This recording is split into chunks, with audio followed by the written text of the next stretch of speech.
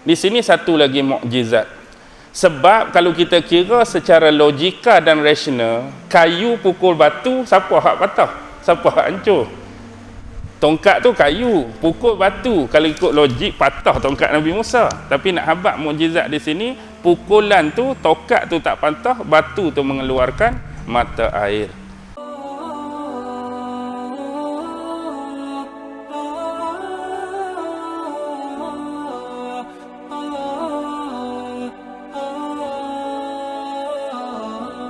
Jadi bila terselamat saja Bani Israel tadi, maka apa yang berlaku, Nabi Allah Musa pun membawa mereka dalam perjalanan nak menuju ke bumi yang dijanjikan. Macam-macam lah tengah jalan tu.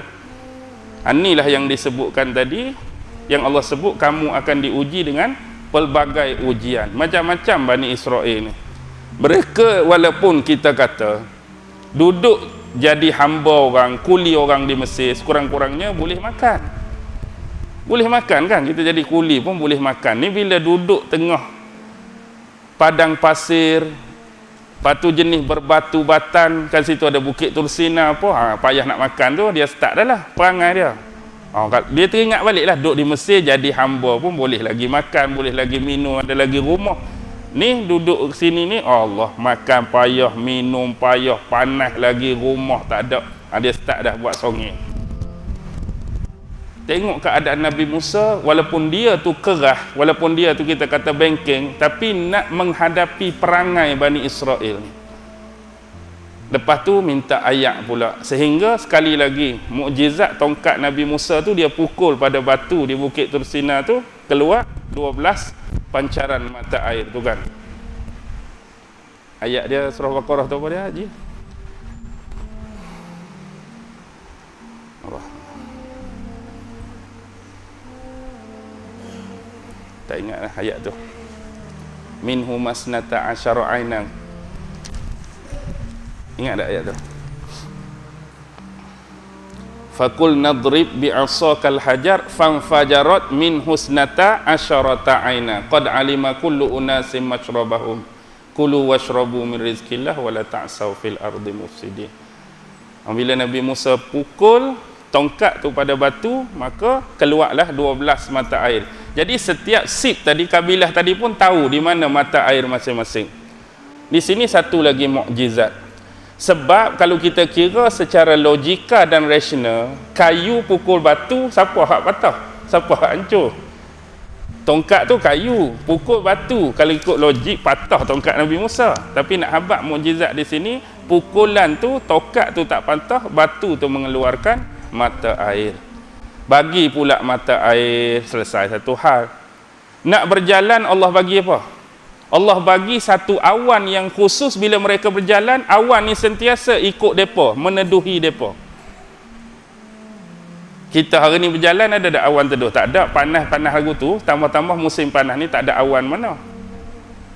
Tapi dia ni Allah bagi satu rahmat. Bila mereka berjalan ni, ada satu awan sentiasa meneduhi mereka, teduh, rasa pula sejuk. Sejuk tu tak tahulah macam mana, rasa macam aircon ke wallahu alam tu, tapi nak habaqnya selesa dalam keadaan mereka tu tak panas. Lepas tu ada pula berlaku apa, pengkhianatan dah, sampai keluar ulat di celah-celah batu tu, ulat tu patuk mereka pula. Lepas tu mari pula mengadu dengan Nabi Musa ni, kami kena patuk kat ulat ni macam mana, sehingga Nabi Musa kena apa, buat tembaga bentuk ulat letak di kayu tu, kena pergi cium ulat tu baru okey balik. Buat mazbah, kemah suci untuk lantik anak-anak Nabi Harun jadi imam dan pemimpin bagi Bani Israel. Lepas tu bila sampai di sempadan, bila tengok orang-orang sana hak kuat-kuat besar-besar, nak lari pula, takut nak berperang pula. Macam-macam Bani Israel ni. Apa pun sepanjang tempoh tu jugalah, hak paling besar sekali ujian ialah bila Nabi Musa tu naik ke atas Bukit Tursina nak menerima wahyu daripada Allah 40 hari 40 malam tu. Cuma terlewat hari ke-42 baru turun. Masa itulah Samiri buat dajjal. Samiri buat dajjal macam mana tuan-tuan? Mah tadilah, mah mereka pinjam tu tak sempat dikembalikan tu banyak. Jadi Samiri buat cerita lagu mana? Mah ni bukan hak kita. Bila bukan hak kita, kita ambil tu jadi kesalahan. Dalam hukum salah ambil hak orang. Lepas tu kita nak buat lagu mana ni? Nabi Musa naik dah atas bukit nak tunggu dia turun. Baiklah. Sekarang ni macam ni, bila kita tak tahu lagi boleh ambil ke tak boleh ambil, kita gali satu lubang. Jadi kita letak semua barang hak kita pinjam tadi dalam lubang ni. Bila Nabi Musa turun, kita korek balik, baru kita tanya boleh ambil ke tak boleh ambil. Jadi jangan masing-masing pegang, kita letak di satu tempat. Jadi bila Bani Israel ni balik, dia lah pergi korek balik. Dia pergi korek balik, kemudian dia leburkan emas tu sekali dengan apa? Sebab dia antara yang Allah bagi kelebihan nampak Jibril naik kuda. Siapa yang nampak Jibril naik kuda? Samiri. Orang lain tak nampak. Jadi setiap kali dia nampak kuda Jibril tu, setiap kali kaki kuda Jibril sentuh bumi, dia menumbuhkan tumbuhan. Setiap jejakan tu menumbuhkan sesuatu. Dia pun rasa aneh dan pelik, dia ambil pasir-pasir hak bekas jejakan kaki kuda Jibril tu. Dia simpan dalam uncang. Jadi bila dia lebur emas tadi, dia bentuk apa? Dia bentuk lembu. Dia bubuh sekali pasir tu. Bila dia bubuh sekali pasir tu yang menyebabkan lembu tu boleh bergerak dan mulut ngongak-ngongak. Mulut ngongak okey lagi. Pak Cik Tan masuk pula dalam tu, tak ada apa. Bila Pak Cik Tan masuk dalam tu, tahu Pak Cik Tan? Tahu Pak Cik Tan? Setan lah. Bukan Atan Didi and Friend tu Pak Cik Atan tu lain. Baik, bila masuk dalam tu, inilah Musa tu tersilap mencari Tuhan dia. Sebenarnya Tuhan dia cari tak jumpa-jumpa. Sebab tu dia tak balik-balik. Janji dengan kita 40 hari, ni tak balik-balik lagi. Sebenarnya Tuhan hak dia cari-cari, inilah Tuhan kita semua, Tuhan bagi Bani Israel. Nak cakap Nabi Harun pun tak ada nak kawal dah suasana pada waktu tu. Sebab tu bila Nabi Musa turun, nak cakap nak marah, dia hempapkan luh yang dia terima daripada Allah tu sehingga berkecai, pecah habis. Dia pergi tarik rambut Nabi Harun, tarik janggut Nabi Harun, pasal apa jadi sampai tahap macam ni. Tapi nak habaq Samiri ni, tak tahulah Samiri ni siapa. Ada setengah orang beranggapan Samiri tu sendiri dah dajjal dah. Ada setengah orang Samiri tu kata dajjal. Sebab apa? Dia kata sebab Nabi Musa tak boleh nak buat apa. Nabi Musa tak boleh nak sentuh dia. Nabi Musa cuma boleh buat apa? Halau dia daripada perkumpulan tu saja. Pergi ke lain. Jangan ikut kami, jangan follow kami. Sepatutnya tahap memurtadkan atau menyelewengkan tu, kalau setahap bengkel Nabi Musa, patut buat apa dah kat Samiri? Kalau tahap Nabi Musa tu memang makan penampak, memang makan terajang dah, tapi tak boleh nak buat apa. Tak tahulah dia tu siapa, sekadar Samiri yang hidup pada zaman Musa, atau mungkin ada benarnya setengah orang berpendapat dia tu sendiri ada dah dajjal dah pada zaman tu. Wallahu alam lah, Allah lebih mengetahui. Apapun, dia bawa pengikut dia ke satu arah yang lain, berbeza dengan perjalanan Nabi Allah Musa dan Harun. Jadi dia bawa isu lembu tu. Jadi lembu hak mereka buat tu bukan makna bagi surah Baqarah tu, bukan. Kan surah Baqarah tu, surah lembu tu bukan kerana kes buat lembu emas tu. Surah lembu tu kes lembu betul. Hak mereka nak cari siapa pembunuh sebenar. Dia dulu ada satu kisah zaman Nabi Musa ni. Dia ada anak ni, bapak dia bila meninggal tinggal harta yang banyak. Anak ni dapat faraid yang banyak daripada peninggalan harta bapak dia. Jadi pak saudara ni main kilat, dia berkhianat, dia nak dapatkan harta tu, dia bunuh anak saudara dia. Jadi anak saudara dia tak ada waris lain, jadi bila mati kawan tu dapat kat dia harta tu.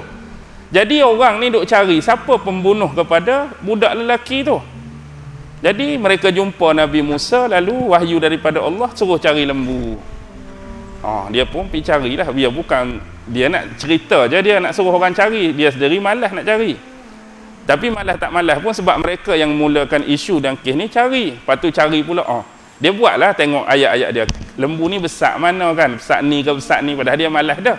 Bila orang kata besar ni, dia cari sekejap. Color warna apa? Color merah ke orange ke? Dia buat color pula. Last sekali jumpa. Bila jumpa buat apa? Sembelih lembu tu, ambil bahagian, salah satu bahagian dia iaitu ekor. Ambil ekor lembu tu, bedai dekat mayat budak tu hidup balik. Hidup sementara untuk bagi tahu siapa pembunuh dia yang sebenar. Lalu budak tu hidup, dia habaqlah, yang bunuh aku pak saudara aku. Kemudian dia dimatikan balik. Jadi tahulah. Tu baru hak betul-betul surah Baqarah tu cerita lembu. Habis ya? Cukup tak? Saya pun penat juga. Kita sambung pula minggu depan, bulan depan. InsyaAllah awal bulan April pula. Jadi mudah-mudahan daripada sedikit tafsiran berkenaan ayat 90, 91, 92 daripada surah Yunus dapat memberikan kefahaman tentang ayat-ayat Al-Quran yang difirmankan oleh Allah Subhanahu wa taala kepada kita semua. Mudah-mudahan kisah Fir'aun ini dapat kita jadikan pengajaran dan sempadan dalam kehidupan kita agar sentiasa berhati-hati tentang watak kita.